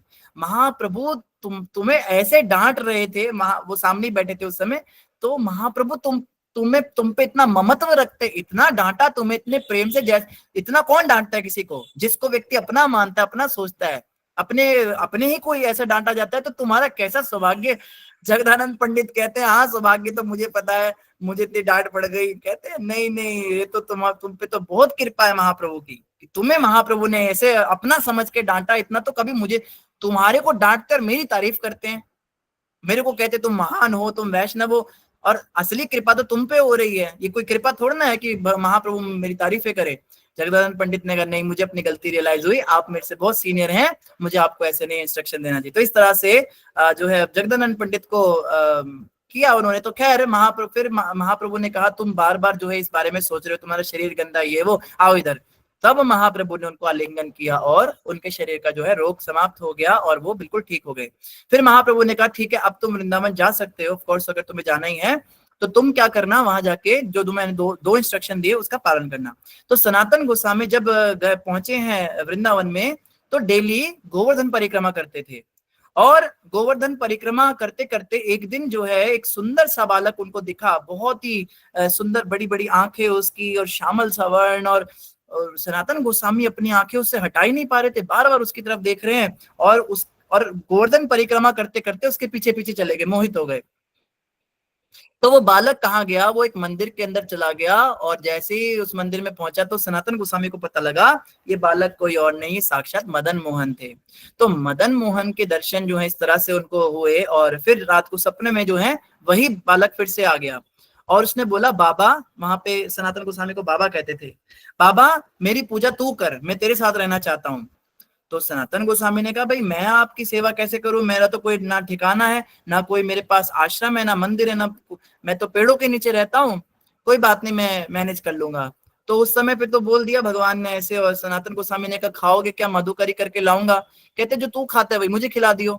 तो ठीक है, तो अगले दिन जो है पहुंचे, तो मदन मोहन जी की सेवा उस समय एक पुरुषोत्तम चौबे नाम के पुजारी करते थे। ये जो पुरुषोत्तम चौबे थे ये अद्वैत आचार्य के शिष्य थे। अद्वैत आचार्य आप जानते हैं पंच तत्वों में से एक हैं। तो अद्वैत आचार्य जो थे ये द्वादश टीला पे रहते थे, और वहां पर इनको मदन गोपाल के विग्रह मिले थे, और जब इनको विग्रह मिले तो कुछ समय उन्होंने सेवा की, बाद में उन्होंने अपने शिष्य पुरुषोत्तम चौबे को ये सेवा दी, और वो चौबे और उनका परिवार जो है, और वो जो मदन मोहन थे वो बड़े वैसे थे, मतलब क्या कहना चाहिए, बड़े नटखट थे, बार बार कभी बालक बन जाते थे। तो उस माता के घर पे उनका अपना बेटा भी था, और मदन मोहन को भी अपने बेटे के साथ ही बिठा के भोजन कराती थी, उन दोनों को एक साथ बुलाती थी, वो दोनों साथ ही भोजन करते थे, माँ दोनों का मुंह साफ करती थी, मतलब अपने बेटे की तरह उसको प्यार करती थी मदन मोहन को। और उनके लिए कोई बहुत बड़ी बात नहीं थी कि मदन मोहन एक बालक बन के आ जाता था। तो क्या हुआ, एक दिन माता ने बहुत डांट दिया मदन मोहन को, अपने बेटे को भी डांटा, कुछ शरारत कर रहे थे तो मदन मोहन को भी डांट दिया। तो सनातन गोस्वामी ने कहा, उस दिन वो माधुकरी लेने आए हुए थे उनके घर पे, तो बोला माता इसको डांटा मत करो, ये भगवान है। तो माता ने कहा बाबा क्या बताऊं, ये बहुत नटखट करता है, बहुत बिगड़ गया है, ये इसने ऐसा किया, मैं क्या करती। तो मतलब भाव ही बड़ा ऊंचा था उनका, बिल्कुल पुत्र के वक्त प्रेम करती थी। तो उन्होंने कहा ऐसा करो, ये इनको मुझे दे दो, मैं इनको अपने साथ ले जाऊंगा। तो माता ने कहा ठीक है आप ले जाओ। तो इस तरह से मदन मोहन जी को जो है अपनी गोद में उठाया सनातन गोस्वामी ने और पेड़ के नीचे ले आए। तो अब जब पेड़ के नीचे लाए तो वहां पे इस तरह से रहने लगे। तो आप सब जानते ही है वो मदन मोहन जी की ड्रेसिंग कैसे करते थे। हम कहते हैं ना राधा कृष्ण की ड्रेसिंग करते हैं, कपड़े इतने दुनिया भर का। एक गमछा लिया, वो कमर पे बांधा, और एक गमछा सर पे बांधा, और हो गई ड्रेसिंग। तो इस तरह से मदन मोहन जी की ड्रेसिंग होती थी। वो गमछा भी इसलिए बांधते थे, नीचे वाला लज्जा निवारण के लिए, और ऊपर वाला की धूप लगेगी सिर पे तो कवर होना चाहिए। और भोग लगाना, भोग लगाने के लिए क्या, एक आटा लेकर आते थे कहीं से माधुकरी में, उसको पानी में घोलते थे और ऐसे एक मोटा सा गोला बनाते थे आटे का, और उसको डाल देते थे चूल्हे में। और वो जब आग से जलता था तो उसको बाहर निकाल के, उसका जो काला हो जाता था, काला वाला हिस्सा जब रिमूव करते थे, और वो जो बचता था उसको कहते बाटी, वो भोग लगाते थे। मतलब राजस्थान में ज्यादा बाटी का प्रचलन है, तो बाटी का भोग लगाते थे डेली मदन मोहन को। तो रोज बाटी जब ऐसे देते थे तो मदन मोहन ऐसे ले आए बाटी, ऐसे गंदा सा मुंह बना के, और उनके हाथ से बाटी लेनी मदन मोहन ने और खानी। तो कुछ दिनों तक तो बेचारे सहन करते रहे, अब थे तो चटोरे। तो कहते हैं बाटी लेकर आए सनातन गोस्वामी, ये लो बाबा, बाबा ने नमक नमक डाल दे, थोड़ा नमक ही डाल दे। सनातन गोस्वामी कहते हैं तेरे लिए नमक कहाँ से लेकर आऊं, अब मैं क्या यही करता रहूंगा, मुझे ठीक है आपकी सेवा करनी है, लेकिन मुझे महाप्रभु ने इंस्ट्रक्शन दिया है, मैं ग्रंथ लिखता हूँ, दिन भर ग्रंथ लिखते थे सनातन गोस्वामी के पास, सच में समय नहीं होता था। तो ग्रंथ लिखते हुए जो है बोला कि अब नमक। तो फिर सनातन गोस्वामी ने मन में सोचा, अरे ये तो नंद का कुमार है, इनके घर तो 9-9 लाख गायें हैं, दूध दही इतना खाने वाला ऐसा बालक, और ये बेचारा कैसे इन बाटियों को घटक रहा होगा, नमक तो ला ही सकता हूँ। तो थोड़ी सी दया आ गई भगवान पे। तो अगले दिन किसी से नमक भी मांग कर लिया है। और ऐसा नहीं था, ब्रजवासी बहुत प्रेम करते थे, बाबा बाबा करके बात करते थे सनातन गोस्वामी से। तो किसी के घर से नमक डाल के कहते ये ले नमक वाली बाटी। तो भगवान ने झट से उठा के कहा हाँ बाबा, बहुत अच्छा बहुत अच्छा। तो अगले दिन जो है फिर से नमक वाली बाटी आई, तो भगवान कहते हैं बाबा तेने नमक डालो तो उससे नेक स्वाद तो बढ़ो है, इसमें स्वाद तो बड़ा है नमक डालने से। नेक थोड़ा घी भी डाल देता तो थोड़ा गले से नीचे उतर जाता, ये उतर नहीं पाता। सनातन गोस्वामी कहते हैं बस अब तो तेरा, आज तो घी मांग रहा है, कल को रबड़ी मांगेगा, फिर रसमलाई, तुम तो चटोरे भगवान हो, मैं कहां से तुम्हारा इतना, मैंने पहले ही कहा था तुम्हें माधुकरी करके लाऊंगा। सनातन ओ बाबा बाबा गुस्सा मत कर, गुस्सा मत कर। कहते इतना शौक है तो खुद अपना इंतजाम कर लो। कहते सोच ले बाबा मैं कर लूंगा, कहते कर लो अपना खुद का इंतजाम करो। तो उसी समय क्या हुआ, वहां पे यमुना नदी में एक जहाज फंस गया, एक सेठ का, बहुत बड़ा सेठ था, वो नमक का कुछ व्यापार करता था। तो उसका जहाज वहां फंस गया। यमुना पहले बहुत विशाल हुआ करती थी और जहाज पानी के वहां से जाते थे। तो वो बेचारा परेशान, ना जहाज आगे जा रहा है ना पीछे जा रहा है, अटक गया, और उसका लाखों का माल था अंदर, और उसका तो बड़ा नुकसान। तो रोने लगा, हाय हाय कोई बचाओ मेरे जहाज को। तो सामने वही मदन मोहन जी छोटे से बालक बन के आ गए। कहते क्या हुआ, क्यों रो रहा है। अरे मेरा ऐसे जहाज। कहते तू भी कैसा पागल है, इतने बड़े सिद्ध बाबा यहाँ पे रहते हो, बाबा के पास जब वो तेरा जहाज निकाल देंगे। कहते कहाँ है वो बाबा, कहते ऐसे द्वादश टीला में रहते हैं। तो द्वादश टीला में पहुंचा, वहां पे जाके सनातन गोस्वामी वहां पे भजन कर रहे थे। बोले बाबा मेरा मेरा जहाज। कहते कौन हो, कहाँ से हो, किसने बताया मेरे बारे में। ऐसे ऐसे एक बालक ने बताया। सनातन गोस्वामी समझ गए, तूने इस बेचारे का जहाज फंसा दिया अपने। कहते जिसने किया है उन्हीं से प्रार्थना करो, यही निकालेंगे। तो मदन मोहन जी को प्रार्थना की और वहां से जहाज निकला। तो उन्होंने कहा इस बार जो मेरा मुनाफा होगा, मेरा जहाज बचा है तो जो भी मुनाफा होगा सारा मैं आपको दे दूंगा लाकर। बोले ठीक है। तो उसको उस दिन जो है उसको बहुत ज्यादा मुनाफा हुआ, कई गुना ज्यादा हुआ। तो उसने वो सारे पैसे लाके सनातन गोस्वामी को दिए, और सनातन गोस्वामी ने फिर बोला भाई मंदिर बनवा दो इनके लिए।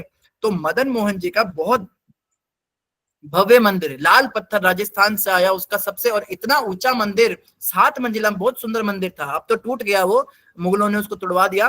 रात्रि को उस मंदिर की चोटी के ऊपर एक स्वर्ण दीपक जलता था और वो दीपक पूरे वृंदावन में रोशनी करता था।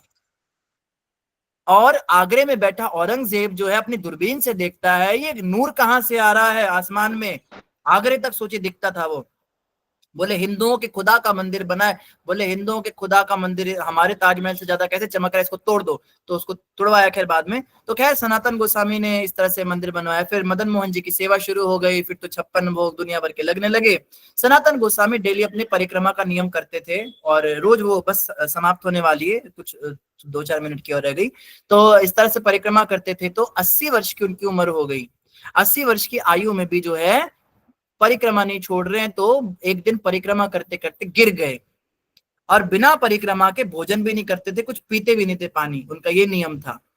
तो इस तरह से एक भगवान को चिंता हो गई, भगवान बालक के रूप में, अरे अरे बाबा, जब इतना ढोकरा हो गया, इतना बूढ़ा हो गया है, तो क्यों तू ऐसे हट करता है, जा जाके आराम से बैठ। कहते नहीं, मर जाऊंगा लेकिन परिक्रमा का नियम तो नहीं तोड़ूंगा। तो भगवान ने अपना रूप दिखाया, भाई मैं तुमसे बड़ा प्रसन्न हूँ सनातन, और तुम जो है, तो भगवान ने क्या किया, अपना चरण जो है एक शिला पे रखा, गोवर्धन के, गोवर्धन आप जानते हैं वो कई सारी शिलाओं का एक पुंज है। तो एक शिला पे भगवान ने अपना चरण रखा और बंसी बजाई। तो जब भगवान ने बंसी बजाई तो वो शिला पिघल गई भगवान की बंसी से, तो भगवान का चरण छप गया उसमें। और उसी में जो है गाय का खुर भी छपा, और उसमें भगवान की लकुटी का निशान भी छपा, और बंसी का भी निशान छपा। वो सारे निशान दिखाते हैं मंदिर में। तो वो शिला उन्होंने दी, बोला सनातन बाबा तू इस शिला के 4 परिक्रमा कर, तेरी गोवर्धन की 1 परिक्रमा का तुझे फल मिल जाएगा। तो वो गिरिराज चरण शिला जो है आज राधा दामोदर मंदिर में अभी भी रखी है, वो उनके दर्शन होते हैं। आप सब जाएंगे राधा दामोदर मंदिर में तो आज भी भक्त लोग वहां पे जाके 4 परिक्रमाएं लगाते हैं उस मंदिर की, तो एक गोवर्धन की परिक्रमा का फल मिलता है। तो इस तरह से भगवान के दर्शन हुए। तो सनातन गोस्वामी की बहुत सारी लीलाएं हैं, बहुत सारी कथाएं हैं, कभी और विस्तार से चर्चा करेंगे। एक कथा छोटी सी और याद आ गई। एक बार सनातन गोस्वामी चकलेश्वर महादेव में निवास कर रहे थे। चकलेश्वर महादेव जो है गोवर्धन में है। तो वहां बैठ के वो ग्रंथ लिखते थे रात को। तो वहां मच्छर बहुत आते थे, रात में बहुत मच्छर उनको तंग करते थे, तो वो ग्रंथ लिख नहीं पाते थे, मतलब लिखते लिखते कोई यहाँ काट रहे कोई वहां। तो सनातन गोस्वामी ने निश्चय किया कि मैं इस स्थान को छोड़ दूंगा, कल मैं यहाँ से चला जाऊंगा। क्योंकि गोस्वामी ऐसा नहीं करते थे वो बिजली वाला बैट लाके मच्छरों को मारने लगे, या मतलब वो सोचते थे इनका ही स्थान है, इनको रहने दो यहाँ पे, हम ही चले जाते हैं। तो महादेव साक्षात जो है आ गए स्वप्न में और कहते हैं सनातन गोस्वामी आप यहाँ से मत जाओ, मुझे आपके संग में बहुत आनंद आ रहा है। आप जैसे वैष्णव जब आते हैं तो आपकी संगति का मुझे बहुत आनंद आ रहा है, और मैं चाहता हूं आप यहाँ रहिए। तो सनातन गोस्वामी ने कहा महादेव आपका बड़ा उपकार है, लेकिन मच्छर बहुत हैं। कहते उसकी व्यवस्था मैं कर दूंगा। तो मच्छरों का जो भी देवता था, मच्छरों के भी देवता होते हैं, वो पता नहीं कैसे दिखते होंगे मच्छर के देवता, पंख वंख होते होंगे उनके एंटीना। तो खैर जो भी थे वो मच्छरों के देवता को शिव जी ने कहा एक भी मच्छर यहाँ दिखना नहीं चाहिए। तो जो अगले दिन से मच्छर बिल्कुल गायब। आज भी उस जगह पे, सब जगह पे आसपास खूब मच्छर होते हैं, बरसात में सब जगह पे, गर्मियों में, लेकिन उस स्थान पे मच्छर नहीं होते। तो शिव जी ने ऐसे सनातन गोस्वामी का रिगार्ड किया, मतलब इतने वो महान भक्त थे। आप सोचिए देवी देवता भी उनका संग करने की कामना करते थे। तो इस तरह से जो है अंत समय पे गुरु पूर्णिमा के दिन उन्होंने शरीर छोड़ा अपना। और वृंदावन के लोग बहुत मानते थे, घर घर के छोटे छोटे फैमिली मैटर्स, छोटे छोटे मसले भी उनके सामने लाए जाते थे। और जिस दिन उनका शरीर छूटा तो सारे ब्रजवासियों ने अपने सिर मुड़ाए कि बाबा चला गया, बाबा चला गया। और सबने गोवर्धन की परिक्रमा की उनकी याद में, क्योंकि वो डेली गोवर्धन परिक्रमा लगाते थे। तो आज भी ब्रज में गुरु पूर्णिमा पे, व्यास पूर्णिमा पे मुड़िया पूनो मनाई जाती है, जिसमें सारे ब्रजवासी सिर मुड़ाते हैं और गोवर्धन जी की परिक्रमा करते हैं, कीर्तन करते हैं। और सनातन गोस्वामी के नाम से कई भंडारे चलते हैं वहां पे। तो आज 500 साल से भी ज्यादा हो गए सनातन गोस्वामी को गए हुए, लेकिन अभी भी ये प्रथा चल रही। क्षमा कीजिए, 500 से ज्यादा नहीं, 500 से थोड़े कम वर्ष हुए हैं। तो इस तरह से ये जो है गए। और इनकी समाधि मंदिर मदन मोहन मंदिर के प्रांगण में है। आप जाएंगे मदन मोहन जी की सीढ़ियों पे चढ़ेंगे तो ऊपर मंदिर है। आप राइट साइड में जाएंगे तो वहां पे सनातन गोस्वामी की समाधि है। और ये लवंग मंजरी के रूप में भगवान राधा कृष्ण की नित्य लीला में उनकी सेवा करते हैं। श्री सनातन गोस्वामी की जय। श्री सनातन गोस्वामी तिरुभाव तिथि महामहोत्सव की जय। हरे कृष्ण। जय। जय हरे कृष्ण हरे कृष्ण। तो बहुत बहुत धन्यवाद, आप सब अंत तक बने रहे। मुझे लगा नहीं था इतने सारे भक्त लोग बने रहेंगे, मुझे लगा था विचारों चले जाएंगे, पर आप बने रहे। आप सबका बहुत बहुत धन्यवाद। सनातन गोस्वामी हम सब पर कृपा करें, हमें गोलोक धाम से आशीर्वाद दें। और रूप गोस्वामी की चर्चा हम कल करेंगे। और अगर किसी भक्त का कोई प्रश्न है तो आप हैंड रेज कर सकते हैं। जी आदिनारायण प्रभु जी। हरे कृष्ण प्रभु जी, दंडवत प्रणाम। हरे कृष्ण। प्रभु जी, चैतन्य महाप्रभु जी ने सनातन गोस्वामी की तो बहुत सी शिक्षाएं दी थी, बहुत सा उपदेश दिए थे, तो उनके बारे में बताइएगा। महाप्रभु ने जैसे आप देखते हैं, सनातन गोस्वामी ने बहुत सारे ग्रंथ लिखे। सनातन गोस्वामी ने बेहद भागवतामृत लिखा, सनातन गोस्वामी ने हरि भक्ति विलास लिखा। इनके अंदर डीटी वर्शिप के नियम बताए हैं, वैष्णव का आचरण, शुद्धाचार। आपने एक ग्रंथ पढ़ा होगा भक्ति रसामृत सिंधु, तो उसमें भी हम कुछ, वो तो रूप गोस्वामी ने लिखा है, तो उसमें कई सारे पॉइंट्स उन्होंने हरि भक्ति विलास से लिए। और हरि भक्ति विलास पे ही टीका लिखी आगे चल के गोपाल भट्ट गोस्वामी ने, और वो स्टैंडर्ड्स राधा रमन मंदिर में पालन होते हैं। तो राधा रमन के भी जो भक्त हैं वो भी हरि भक्ति विलास पढ़ते हैं। तो इस तरह से जो महाप्रभु ने उनको शिक्षाएं दी थी वो सारी आप चैतन्य चरितामृत में उसको पढ़ सकते हैं, नहीं तो सनातन गोस्वामी के ग्रंथ अगर आप पढ़ेंगे तो उसमें वो सारी शिक्षाएं हैं। मतलब सनातन गोस्वामी हमारे जैसे नहीं थे कि हम जैसे 2 महीने कुछ सुन के आए तो कुछ बातें हमें याद रही, कुछ भूल गए। उन्हें सारी बातें वर्ड टू वर्ड महाप्रभु की याद रही और उन्होंने उन्हें अपने ग्रंथों में लिखा। तो अगर आप सनातन गोस्वामी के स्क्रिप्चर्स पढ़ेंगे तो उसमें आपको उनकी सारी शिक्षाएं मिल जाएंगी। प्रभु जी, श्री चैतन्य शिक्षामृत में जो वो तो इतना गूढ़ है तो समझ नहीं आता हमसे, वो तो आपके बिना समझ आएगा भी नहीं। चैतन्य महाप्रभु का शिक्षामृत बहुत अच्छी पुस्तक है। उसमें हाँ, उसमें ये एक शिला प्रभुपाद जी ने एक टॉपिक दिया है, उसमें एक चैप्टर है पूरा रूप शिक्षा और सनातन शिक्षा। तो उसमें प्रभुपाद जी ने थोड़ा सा वर्णन किया है क्या क्या उनको इंस्ट्रक्शंस मिले थे। तो बिल्कुल आप वो बहुत, पढ़ सकते हैं। तो वो तो समझाएगा कौन मेरे को? कभी आपकी आज्ञा होगी तो हम सब मिलके पढ़ेंगे, रीडिंग करेंगे उसकी, वो चैप्टर बहुत अच्छी का। किताब, बहुत अच्छी पुस्तक है वो प्रभु जी, बड़ा बहुत सुंदर, मन बहुत लगता सुंदर। है। हाँ जी। उसमें तो उसके भी, महाप्रभु ने जो उनके साथ भी जो वार्तालाप की है, ये राय रामानंद के साथ जो वार्तालाप किया, वो बहुत सुंदर, उसका भी वर्णन है। जी जी बहुत जी अच्छा, जी, बहुत अच्छी पुस्तक है। तो हफ्ते में एक दिन वो ले लीजिए फिर ये। कर सकते हैं ऐसा। प्रभुपाद जी ने इवन इंस्ट्रक्शन दिया था एक भक्त को कि ये book, this is the most important of all my books. ये शब्द प्रभुपाद जी ने कहे थे एक बार उस पुस्तक के लिए, कि महाप्रभु का शिक्षामृत जो है, इसी में हमारी सारी फिलॉसफी, सारा दर्शन है हमारा। तो बिल्कुल हम उसको पढ़ सकते हैं प्रभु जी, कभी पढ़ेंगे उसको भी, बहुत अच्छा रहेगा। धन्यवाद प्रभु जी, हरे कृष्ण। बहुत बहुत धन्यवाद। हरे कृष्णा। वृषाली माता जी। हरे कृष्णा प्रभु जी, आपके चरणों में प्रणाम, सभी भक्तों को प्रणाम। प्रभु जी, मुझे एक हमेशा एक मन में सवाल आता है जब भी हम हमारे आचार्यों के बारे में सुनते हैं। प्रभु जी, जैसे कि हम सभी आचार्य इतना विनम्रता के कारण वो अपने शरीर को इतनी तकलीफ देते हैं। जैसे आज आपने सनातन गोस्वामी के बारे में भी बताया, इतने उनको फोड़े फुंसी हो गए थे, पैरों में भी इतने छाले पड़ गए थे। क्या उनको अपने शरीर से वो परे हो चुके थे? क्या उनको तकलीफ नहीं होती थी? और क्या भगवान को ऐसा अच्छा लगता है कि शरीर को इतना तकलीफ देना? वृषाली माता जी, आपने बड़ा मार्मिक प्रश्न किया है, और निश्चित रूप से इसका उत्तर देना इतना सरल नहीं होगा। इसमें कई सारे एस्पेक्ट्स हैं। इसमें हम ये देख सकते हैं कि हर भक्त का अपना भाव होता है, हर वैष्णव का अपना भाव होता है। किसी का भाव ये होता है कि भगवान का शरीर, इसको बहुत ध्यान से रखना है, ठीक है, लेकिन वो उस स्तर पे है। अगर हम ऐसा करने की कोशिश करेंगे तो हम तो पहले से ही शरीर में फंसे हुए हैं, तो हम तो और फंस जाएंगे। अब हम सोचे आज एकादशी का व्रत है, आज तपस्या कर लेते हैं, आज भोजन नहीं करेंगे, फिर हम कहें नहीं नहीं, ये शरीर तो भगवान का दिया हुआ है, भगवान को दुख लगेगा अगर इसको तड़पाया, तो कुछ खा लेते हैं। तो खाएंगे भगवान के नाम से, लेकिन जो है हम इंद्र तृप्ति में फंस जाएंगे। तो हम तो खैर अभी नहीं ये सब कर सकते, पर आपने प्रश्न उनके लिए किया है। तो आप ये कह सकते हैं कि वैष्णव के अंदर ये विनम्रता होती है, वो सोचते ऐसा है कि मैं अभी तक शरीर से आसक्त हूं, और अगर मैंने शरीर को भगवान का मान के इसका ध्यान रखना शुरू कर दिया तो मैं इसमें आसक्त हो जाऊंगा, हालांकि वो होंगे नहीं, तो इस कारण से वो उसको तड़पाते हैं।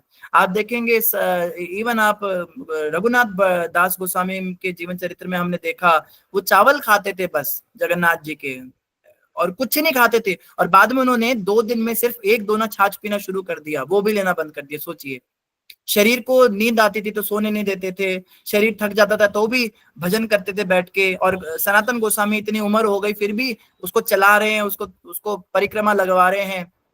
तो ये कह लीजिए कि जो गोस्वामी होते हैं, गोस्वामी का मतलब ही है जिसने अपनी इंद्रियों पे वश कर लिया। गो का अर्थ होता है इंद्रिय, और स्वामी मतलब उसका मालिक। तो जिन्होंने अपनी इंद्रियों को पे अपना वश कर लिया है उन्हें गोस्वामी कहते हैं। तो गोस्वामी होने का भी तो यही क्वालिफिकेशन है कि इंद्रियों के परे हो जाएं, शरीर को अपना, हम तो शरीर के अनुसार चलते हैं। मेरी तबीयत ठीक होगी तो मैं सेवा करूंगा, तबीयत ठीक नहीं होगी तो मंगल आरती नहीं करूंगा, मेरी आंखों में दर्द होगा तो मैं दर्शन करने नहीं जाऊंगा, कानों में प्रॉब्लम होगी तो मैं कथा नहीं सुनूंगा, मतलब हमारा ऐसा चलता है।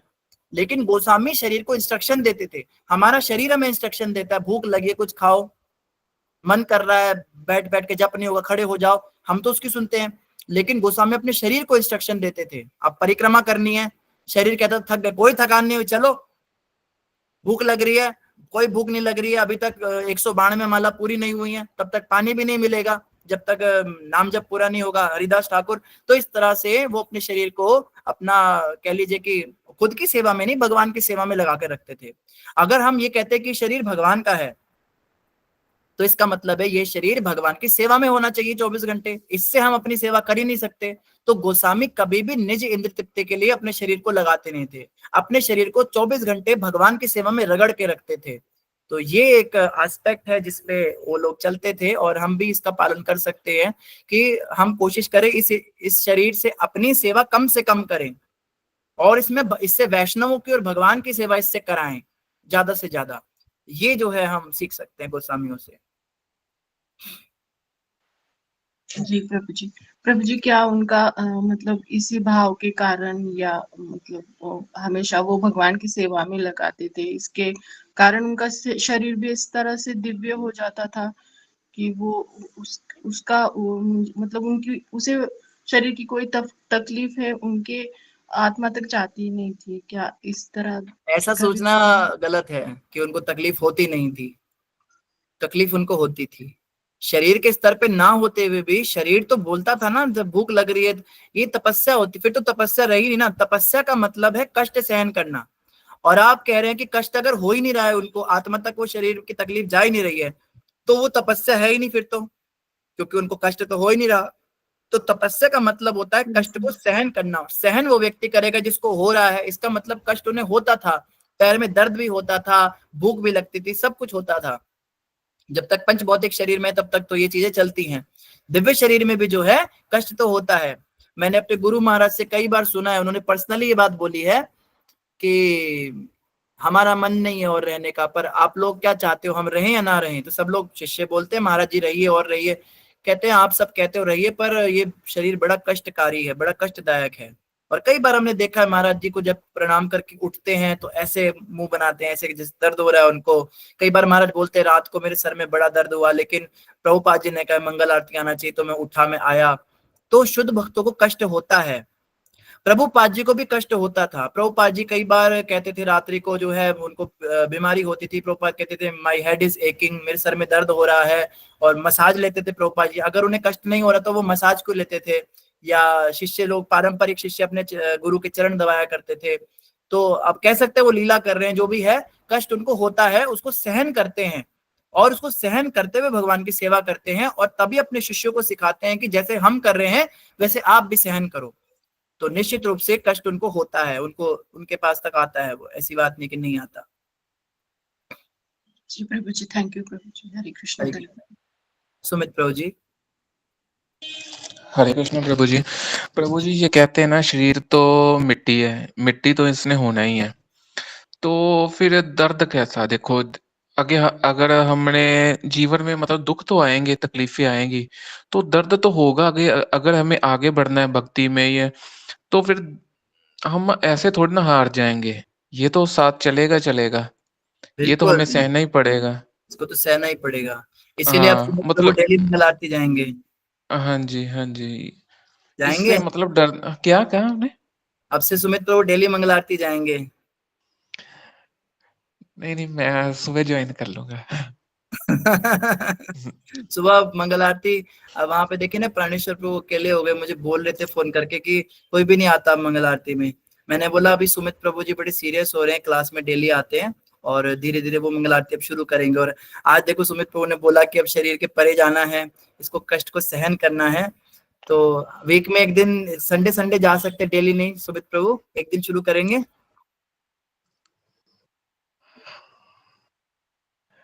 हाँ जी, अब मैं अरे कुछ कह नहीं सकता, अभी नहीं कुछ सुमित प्रभु कह ने हाँ जी बोला। सकता। नहीं नहीं, अभी कुछ कह नहीं सकता, मतलब मैं नहीं है है, मतलब। अभी तो कष्ट सहन करने की बातें कर रहे थे सुमित प्रभु। हफ्ते में एक दिन, ज्यादा नहीं, संडे संडे हाँ जी, चलो मैं ट्राई करूंगा। ट्राई करना है। सुबह हाँ जी, 5 बजे चले जाना, 4:30 नहीं, 5 बजे चले जाना। हाँ जी, ठीक है, बस हफ्ते में एक दिन क्या है, फिर मंगल आरती करके आप रेस्ट कर लेना चाहें थोड़ा, तो हाँ जी, प्रभु जी को अच्छा लगेगा, बहुत अच्छा लगेगा। ठीक है, जाएंगे। हाँ जी, चलो प्रयास करना, ठीक है। हाँ जी। धन्यवाद। हरे कृष्ण। हरे कृष्ण। अनुराधा माता जी। हरे कृष्ण प्रभु जी। मेरा प्रणाम सभी भक्तों के चरणों में दोनों प्रणाम करती हूँ। प्रभु जी, मेरा एक प्रश्न है कि मेरे पास ना गौड़ीय संप्रदाय की भागवतम है, तो मैं उसको पठन करती हूँ, पर जो मेरे यहाँ हम आप सुनते हैं तो उसके अंदर ये सब चीजें नहीं है। तो मैं थोड़ा कंफ्यूज हो जाती हूँ कि इसे मुझे पढ़ना चाहिए कि नहीं पढ़ना चाहिए। एक्चुअली में हमारे घर में भागवतम हुई थी, तो वहाँ के गुरुजनों ने मुझे ये मतलब कि कौन राइटर, आशीर्वाद कौन दिया था। किनके द्वारा लिखी हुई है वो? प्रभु जी, ये तो मैंने पढ़ा नहीं है, अभी तो मैं ज्यादा पढ़ी नहीं है, क्योंकि मैं यहाँ पे आपके मुख से या पहले प्रभु जी थे उनके मुख से सुना करती थी, तो उन्होंने मना कर दिया था। तो फिर भी मैंने थोड़ा वो पढ़ती रही इसे, आप पर ऐसा थोड़ा करो कंफ्यूज हो अनुराधा रहा है। माता, एक बार आप उन राइटर का नाम चेक करो किनकी है, और फिर उनका नाम हमें बताओ, हम सर्च करेंगे। अगर वो चतुर संप्रदाय में आते हैं, गौड़ीय हैं, तो आप पढ़ सकते हो, ऐसी कोई बात नहीं है। और अगर वो मायावादी हैं, निराकारवादी हैं, या चतुर संप्रदाय में नहीं आते, फिर उनकी भागवतम नहीं पढ़नी चाहिए आपको। तो आपको देखना पड़ेगा। वैसे तो रेकमेंड ये किया जाता है, प्रभुपाद जी की भागवतम खरीद लो। भागवतम प्रभुपाद जी की मिल जाएगी आपको किसी भी इस्कॉन के स्टोर से, जी तो प्रभु जी। वो आप पढ़ लो। अगर आप पूरी भागवतम अभी नहीं खरीद सकते, तो आप कम से कम प्रथम स्कंद ले लो। प्रथम स्कंद जो है वो लूज भी मिल जाता है, ज्यादा महंगा नहीं है, कुछ 200-300 रुपए का आपको मिल जाएगा। प्रथम स्कंद आप खरीद के, अभी हम प्रथम स्कंद ही पढ़ेंगे, मेरे ख्याल से 1 साल तक हम प्रथम स्कंद पे ही रहेंगे अभी। तो आप जो है आराम से वो ले लो, कोई जल्दी नहीं है, आप प्रथम स्कंद खरीद के वो पढ़ना शुरू जी प्रभु जी। प्रभु जी, दूसरा प्रश्न है, दूसरा प्रश्न पूछ सकते हैं? हाँ जी, हाँ जी। प्रभु जी, जैसे ये पीड़ा की बात हो रही है, दर्द की, कि हमें भक्ति में भी दर्द को सहन करना चाहिए। तो प्रभु जी, हर एकादशी पे, जब से मैंने एकादशी शुरू किया है, तो मेरे सर में इतना पेन हो जाता है, मतलब बहुत ज्यादा। तो मैं बहुत सहन करते हुए मतलब दर्द आप को पहले चाय पीते थे, जी पीती थी। बस इसीलिए दर्द होता है। जी प्रभु जी। तो चाय मैं मतलब अब मेरी माता छोड़ को भी दिया। बहुत होता है। मेरी माँ ने एकादशी के दिन वो चाय नहीं पीती, वैसे पीती है। तो एकादशी के दिन उसका सर बिल्कुल फट जाता है। तो फिर उनको मैंने बोला भाई, वो पड़ जाती है, बिस्तर पे लेट जाती है, वो कुछ कर ही नहीं पाती।